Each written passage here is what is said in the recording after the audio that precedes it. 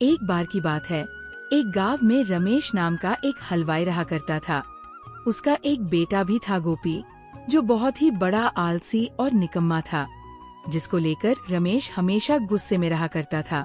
अरे ओ निकम्मे, क्या दिन भर इस खाट पर पड़ा रहेगा, और ये फोन, इसको तो मैं चूल्हे में डाल दूंगा। दिन भर बस उसी में लगा रहता है और दिन भर घर में पड़ा ही रहता है। ये लीजिए, चाय पी लीजिए। अरे माँ, इन्हें चाय नहीं, थोड़ा ठंडा शरबत दीजिए तो शायद दिमाग ठंडा होगा। अपने इस लाड साहब को कहो कि चलकर दुकान पर मेरा हाथ बताए। नहीं बापू, मुझे दुकान में काम करने में अच्छा नहीं लगता। चुपचाप चल, वरना तेरा फोन उठाकर बाहर फेंक दूंगा। इसके बाद दोनों दुकान पहुँचते हैं। दुकान पहुँचने के बाद, बैठा क्या है, आ जा और हाथ बटा मेरा में।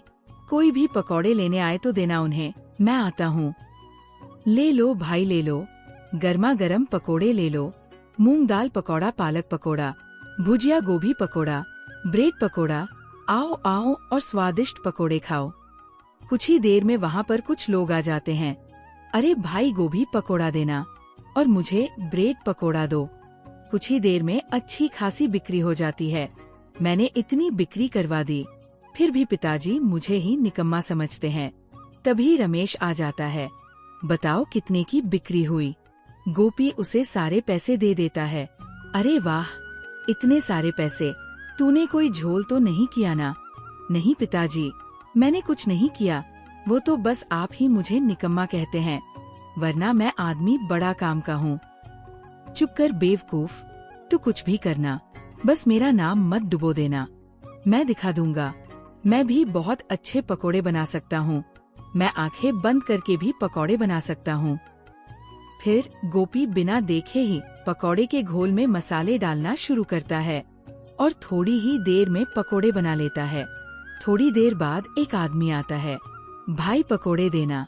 हाँ भाई, ये लो मेरे स्पेशल वाले पकौड़े, खाओ और बताओ कैसे बने हैं।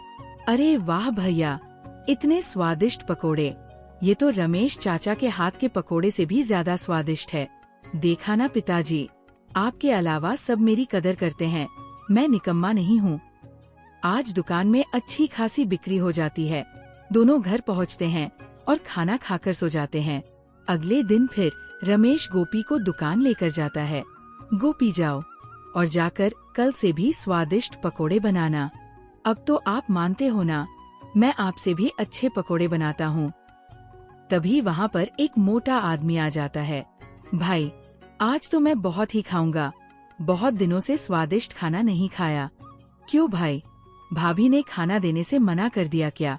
अरे भाई पूछो ही मत, आज मेरी बीवी मायके चली गई है, कुछ दिन वही रहेगी।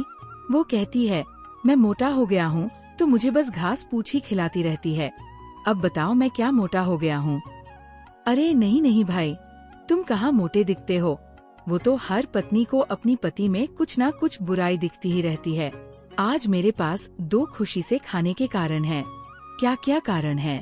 पहले तो ये कि मेरी बीवी मायके चली गई है और कुछ दिन वही रहेगी, और दूसरा ये कि मैं बहुत दिनों से स्वादिष्ट खाना नहीं खाया हूँ। तुम सब तो जानते ही हो कि मैं खाने का कितना शौकीन हूँ। अरे गोपी, जल्दी से कुछ ना कुछ खाने के लिए लेकर आओ। हाँ काका, आपके लिए मैं अपने हाथों से कुछ बना कर लेकर आता हूँ। अरे गोपी, थोड़ा जल्दी लाना और थोड़ा ज्यादा बनाना। अरे बाप रे, यहाँ तो इतने सारे मसाले हैं, इनमें से कौन सा मसाला डालना है और कौन सा नहीं, ये तो मुझे समझ ही नहीं आ रहा है। अब मैं क्या करूँ? मैं एक काम करता हूँ, मैं फिर आँख बंद करके पकोड़े बनाता हूँ। वैसे भी आँख खोल कर तो सभी बना लेते हैं, आँख बंद करके काम करना भी कला है। फिर वो पकोड़े में मसाला डालने लगता है। उसके हाथ में जो भी मसाला आता है वह डाल देता है और जल्दी से पकोड़े बनाता है। फिर जल्दी से पकोड़े उस मोटे आदमी को परोस देता है। वह उन पकोड़ों को खाकर कुर्सी से उठता है। विजय उसे देखकर डर जाता है। गोपी मन ही मन सोचता है, हे भगवान, पता नहीं पकोड़े कैसे बने होंगे, भगवान मेरी रक्षा करना। नहीं तो एक तरफ ये मोटा आदमी और दूसरी तरफ मेरा हिटलर बाप, दोनों मेरी चटनी बनाकर पकोड़े के साथ मुझे खाएंगे। अरे वाह, तुमने क्या स्वादिष्ट पकोड़े बनाए हैं, इतने स्वादिष्ट पकोड़े तो मैंने कभी नहीं खाए। अभी तो मैंने कुछ खाया ही नहीं, और लेकर आओ। आज फिर से अच्छी कमाई हो जाती है। फिर वे दोनों घर जाते हैं। अरे खुशखबरी है, हमारे शहर में फूड फेस्टिवल आयोजित किया गया है और इस बार तू जाएगा। पिताजी, मैं क्या करूँगा वहाँ पर? और वैसे भी आप तो कहते हो ना कि मुझे कुछ काम धंधा नहीं आता, मैं कुछ नहीं कर सकता, तो मैं वहाँ पर क्यों जाऊँगा? चुपचाप जा, बोल दिया ना एक बार। समझ में नहीं आता तुमको? ठीक है, चला जाऊँगा। अरे बाप रे, ये मैं कहाँ फंस गया। फिर गोपी मायूस होकर वहाँ पर बैठ जाता है और मन ही मन सोचने लगता है, हे भगवान, अब मैं क्या करूँगा? मुझे तो कुछ भी काम करना नहीं आता, तो मैं पकोड़े कैसे बना सकता हूँ? तभी उसे किसी की आवाज सुनाई देती है। गोपी आसपास देखता है पर उसे कोई भी नहीं दिखाई देता। अरे गोपी मियाँ, इधर उधर काहे देख रहे हो?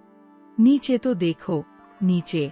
गोपी अपने सामने एक अजीब सी दिखने वाली प्राणी को देखता है और मन ही मन बोलता है, हे भगवान, अब तूने किस मुसीबत में फंसा दिया मुझे। अरे गोपी, घबराओ मत और इतनी जोर से मत चिल्लाओ। मैं तो बस तुम्हारी मदद करने आया हूँ। तुम कौन हो और तुम मेरी मदद क्यों करना चाहते हो? मुझे पता है कि तुम उस फूड फेस्टिवल के लिए परेशान हो और मैं तुम्हारी मदद कर सकता हूँ। अच्छा, कैसे? अरे गोपी, अभी बताया ना, मैं पलक झपकते ही सब कुछ कर सकता हूँ। तुम मेरी मदद करोगे, और वह भी खाना बनाने में। अच्छा, तो तुम्हें क्या लगता है कि आंखें बंद करके तुम पकोड़े बनाते थे? बेवकूफ, आंखें बंद करके कौन काम कर सकता है, और वह भी एक निकम्मा इंसान। वह मैं ही था जो आज तक तुम्हारे पकोड़े बनाते आया हूँ। अच्छा, तो वो तुम थे? जी हाँ भाई साहब, वो मेरा ही कमाल था। मतलब मैं जब आंखें बंद करता तुम ही मेरे पकोड़े में मसाले डालते थे और पकोड़े बनाते थे। हाँ, वो मैं ही था। एक दिन मैं तुम्हारी दुकान के पास से गुजर रहा था। मुझे बहुत ही अच्छी सुगंध ने वहीं रोक लिया, और जब मैं दुकान पर पहुंचा तब तुम्हें आंखें बंद करके पकोड़े बनाते हुए देखा। सच बताऊं, उस समय मैं बहुत ही हंसा, पर फिर मैं तुम्हारी मदद की। अच्छा, मैं सोचूं कि मैं ऐसा कैसे कर सकता हूँ। तुम तो बड़े कमाल के निकले यार। तुम्हारा नाम क्या है भाई? अरे यार, कुछ भी रख दो। वैसे भी हमारे यहाँ तो नाम की कोई जरूरत नहीं होती। तुझे जरूरत पड़ेगी तो तू ही रख ले, जो तेरा मन करे। तुम्हारा नाम अब्दुल। आज से मैं तुम्हें अब्दुल करके बुलाऊंगा। वाह गोपी भाई, क्या नाम दिए हो। एक बात बताओ, चूहे सा मुंह, पंख, बड़े बड़े कान और ऐसी अजीब से दिखने वाले हो तुम। कहाँ से आए हो तुम? मेरी दुनिया अलग है और बहुत दूर भी। हम हर साल यहाँ घूमने के लिए आते हैं और कुछ दिनों में चले जाएंगे। अब चलो सो जाओ, कल जाना भी है न फूड फेस्टिवल में। हाँ, मैं तो भूल ही गया था। अगले दिन गोपी फूड फेस्टिवल के लिए निकल जाता है। हे देवी माँ, साथ देना मेरा। गोपी देवी माँ का नाम लेकर शुरू हो जाता है। तभी एक गोरी मेम गोपी के स्टोर के सामने आकर खड़ी हो जाती है। गोपी उसे पकौड़े देता है। फैंटास्टिक फूड है। हे माता रानी, ये गोरी मेम मुझे अंग्रेजी में क्या कह रही है? जाने क्या क्या गालियाँ दे रही है। अब्दुल जोर जोर से हंसने लगता है। वह उसकी और भी साथियों को बुला लेती है। Come here, taste very tasty this food. अरे मैडम जी, अच्छा नहीं लगा है तो मत खाइए, पर ऐसे अंग्रेजी में गाली तो मत दीजिए। और इन सबको क्यों बुला रही है? मैं आपके हाथ जोड़ता हूँ, मुझे जाने दीजिए। मुझे मार नहीं खानी।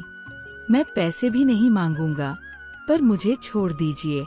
अरे मियाँ, ये तुम्हें मारने नहीं आए हैं। इन्हें हमारे पकोड़े बहुत अच्छे लगे हैं।